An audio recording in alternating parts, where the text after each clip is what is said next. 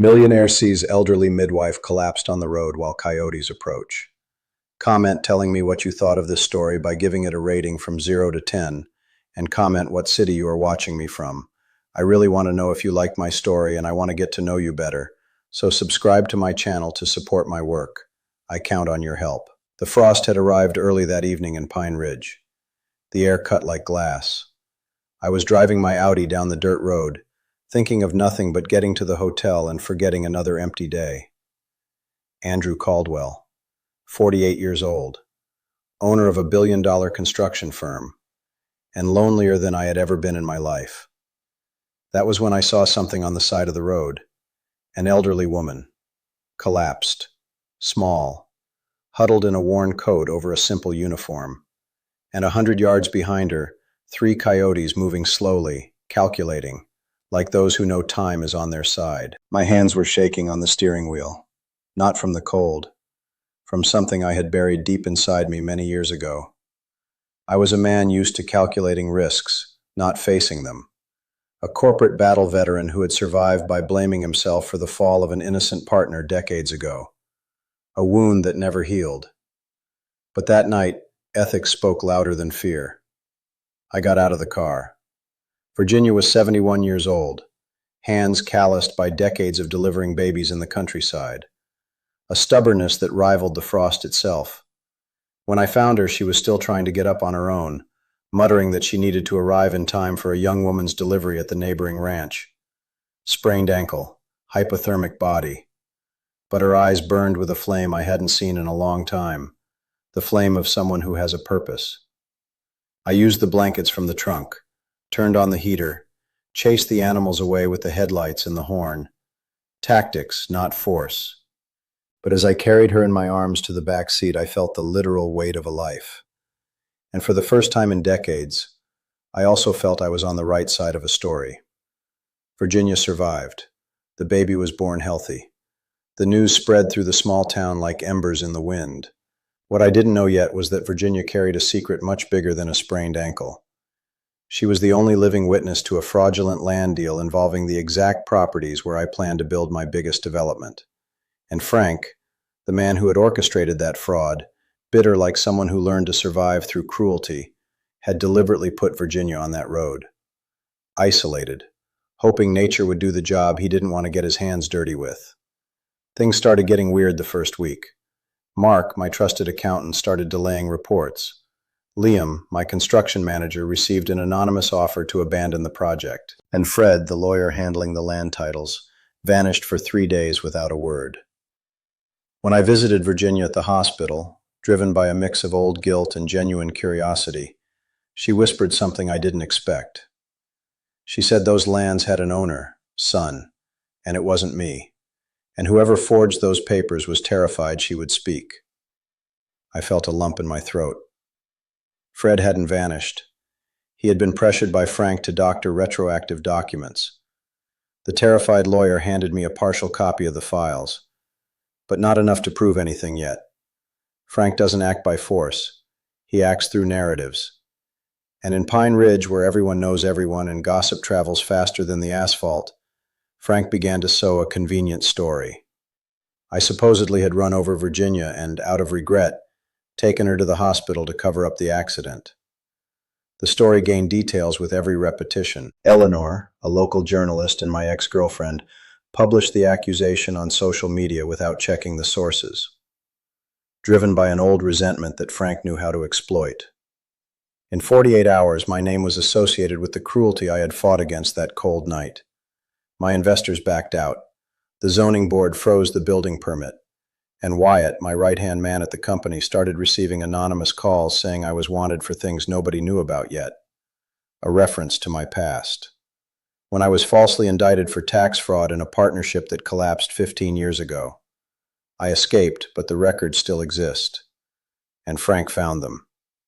I was cornered. Every step I took toward the truth, Frank blocked with a new layer of mud. Virginia, meanwhile, refused medical rest.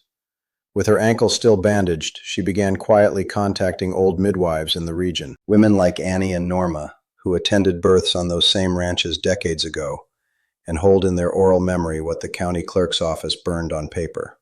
This invisible network of women's memories is the greatest living archive Pine Ridge possesses, and Frank never took it seriously enough to destroy it. Sophia, Virginia's granddaughter and a law student in Denver, arrived in town and discovered I was being investigated by the exact district attorney Frank discreetly funds. The trap was too perfect to be a coincidence. I could have left. My company would survive somewhere else. But something had broken inside me that frosty night. The same thing that had paralyzed me for years. I recognized in Virginia the most honest version of everything I had wasted. A life lived with purpose, even when the whole world was against her. I paid a high price for staying. Nelson, my business partner in New York, withdrew the company's working capital after anonymous pressure. I sold my apartment in the city to keep the operation running. The man who never stopped his car for anyone was now sleeping in a rented room in Pine Ridge, eating at Mary's boarding house. A woman of few words and great observation who, unbeknownst to me, was a distant cousin of Virginia and knew every stone of those lands. It was on a hot afternoon, while I was drinking coffee in the boarding house kitchen, that I saw a note in Virginia's old diary, left on the table. Coordinates for an original deed literally buried in a metal box under the floorboards of an old decommissioned birthing center. The box had been there for 30 years, intact. But getting to it without Frank knowing required absolute discretion, and Frank had eyes all over town. The turning point came when Mark, the accountant who had been co-opted by Frank, had a crisis of conscience. He handed me the transfer records linking Frank to the district attorney and the registry of deeds. Not out of kindness, but because he discovered Frank planned to use him as a scapegoat if everything fell apart. The betrayal turned into a forced alliance. With the documents in hand, Virginia, Sophia, Mary, and I put together a surgical plan. At the public city council meeting called specifically to vote on the revocation of my permit, a spectacle Frank orchestrated to humiliate me in front of the whole town, the four of us walked in with the original deed, the financial records, and the recorded testimony of Annie and Norma. Two midwives over 80 years old who swore before the council about what their eyes saw decades ago. Frank crumbled publicly, not with shouts, but with silence. The worst kind of silence. The kind that confirms everything. The district attorney slipped out of the session before the end. The town watched motionless. Eleanor, the journalist, seeing the session live, was the first to publicly apologize, and the first to broadcast the session to regional networks. The same platform that destroyed me began to rebuild me. That night after the meeting, Virginia told me something that made me stop breathing for a moment. The baby she went to save and bring into the world on that frosty road. The baby whose delivery she wouldn't abandon even with a sprained ankle. It was the child of a young woman who was the granddaughter of the partner I believed I had ruined decades ago. The world had come full circle, and I had arrived exactly where I needed to be. Frank lost the lawsuit over the lands. His assets were frozen due to accumulated debts he had masked for years. With no allies and no resources, he retreated from town to live in an isolation he built himself, brick by brick, with every act of cruelty. I rebuilt the company on a smaller scale, but with an honest foundation. I visit Virginia every first Friday of the month, not as an obligation, but as a ritual. She calls me her last delivery because she says she brought me back to the world that frosty night, just as much as I brought her back. Every time I stop my car on deserted roads, which I now do without hesitation, I feel the weight of those calloused hands on my arms. And I remember that saving a life was the only thing that actually saved mine. 3 weeks ago, everything was different. I was a man who didn't stop for anyone, who calculated every move, who lived with the weight of an old guilt crushing me inside, who believed the world was made of winners and losers, and that I always needed to be on the winning side to survive. Today I know the world is made of choices, and the only choice that matters is the one you make when nobody is watching. When there are no cameras, no audience, no recognition, just you, an empty road, and someone who needs help. Virginia taught me that life isn't measured in bank accounts or property deeds, that true wealth is in purpose, and that purpose only reveals itself when you choose to stay, even when it would be easier to walk away, even when the price is high, even when everything seems lost. Pine Ridge changed. I changed. And Frank, wherever he is now, carries with him the weight of the choices he made, just as I carry the weight of that frosty night. The difference is that my weight made me lighter, his heavier.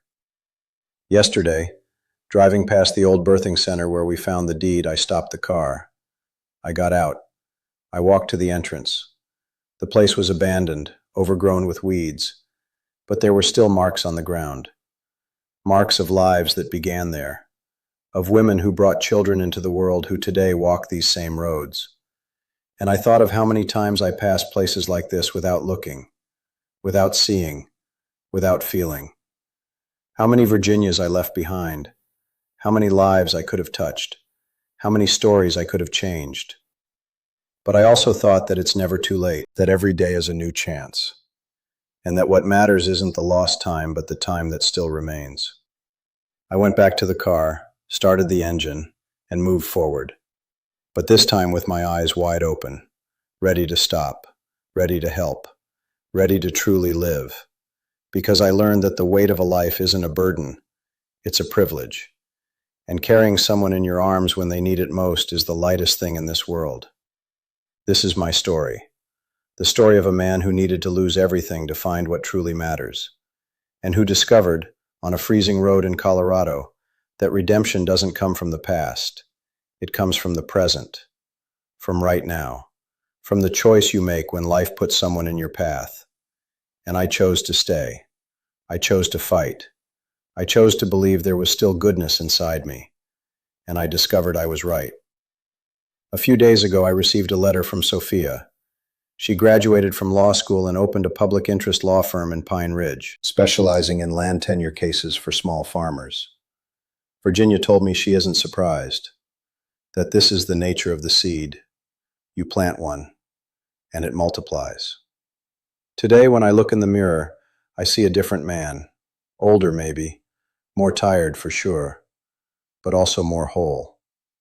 And when I close my eyes, I still feel the cold of that night, the weight of Virginia in my arms, the fear, the uncertainty, the choice that changed everything. But I also feel the certainty that if I had to choose again without a doubt, I would do everything exactly the same. Because some choices don't just change a life, they change who you are and who you can become. If you like this video, please subscribe to my channel. I promise to bring you videos every day that will make your life happier. Comment what you thought of my story, giving a rating from 0 to 10, and thank you very much.